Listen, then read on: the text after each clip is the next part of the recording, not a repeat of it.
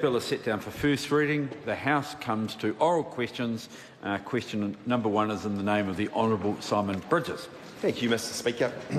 My question is to the Prime Minister. Does he stand by all of his government's policies and actions? In their context? Acting Prime Minister. In their context, yes. Does he stand by his statement that it is a target of this government that a solo home buyer earning the living wage should be able to get a home worth 5 times their annual income? To the extent that there was a time frame put on that aspiration, which was, as I told the media, in the long term, and to the extent that anyone who knows anything about the law knows that young people for their first home don't buy an average home, they buy down the bottom of the market for their first home, which means they can easily achieve that. And guess what? The ratio is 5.8% now. That's awesome, man.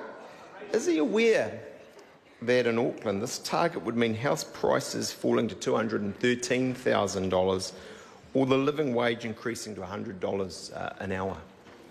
The mistake of someone who's not familiar with the housing market or the commercial market, or for that matter, has had any experience in helping people to get into the market, is to think that they buy average homes. No, they don't, Mr Bridges. I don't know about your Mr Bridges' first home, and maybe he was flush with money, but the rest of us had to start at the bottom and work our way up. So, is it his government's target to reduce Auckland house prices to $213,000 on average? And if so, what impact does he believe this will have on current homeowners? It's very hard to believe, Mr Speaker, that someone would start with an absurd proposition like that. That is so ridiculous. What I said, and for that member over there's information who claims to be a lawyer as well, that the current low quartile of housing is at 5.8%, the wage I'm talking about right now. I was talking about taking it down to 5 from 5.8. That is easily achievable, or to quote Hillary, you just go there and you do it.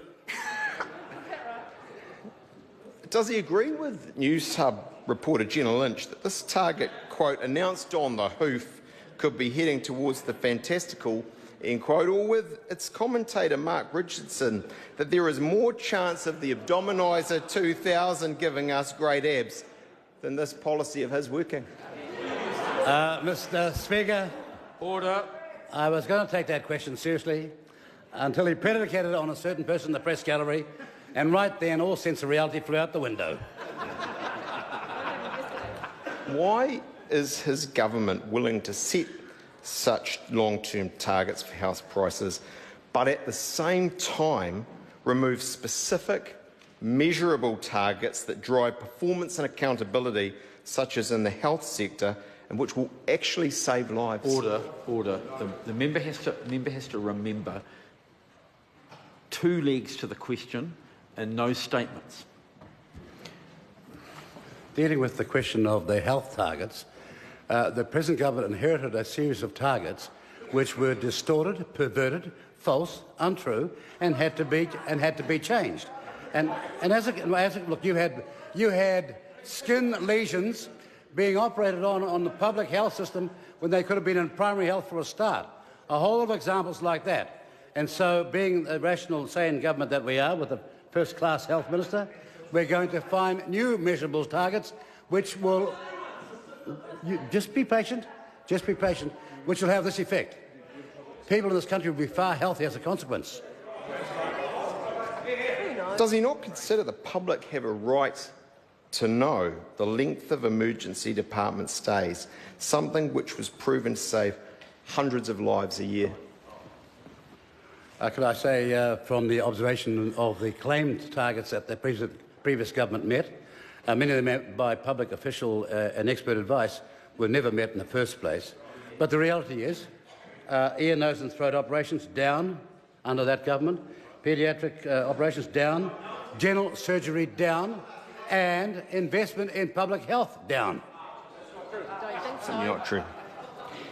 Did Cabinet consider either the removal of the health sector targets or the addition of the government's new house price target he announced yesterday? With respect to the house price targets, I was asked a question as to what I personally thought, and having had probably having had more to do with construction and house pricing in Auckland than all the rest put over there, all put together. Oh yes, I have.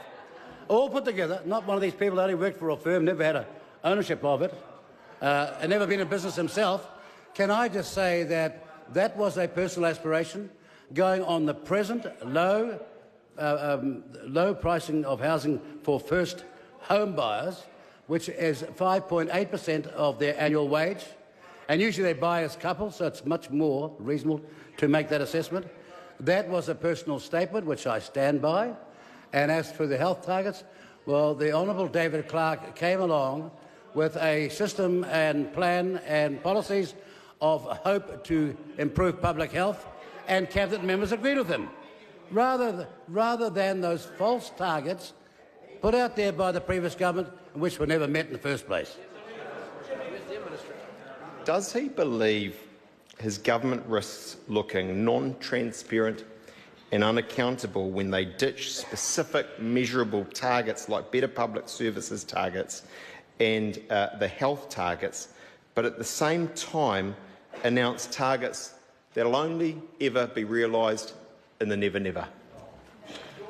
The proposition being put out by that member is a political one to try and gain some public support out there in the constituency. It won't wash, of course. It won't wash, of course, because the so-called targets that they had set had this effect on the public service. It gave the public service a haircut and was a boom for all the private consultants. Question number 2, Clayton Mitchell. Thank you, Mr. Speaker. My question is to the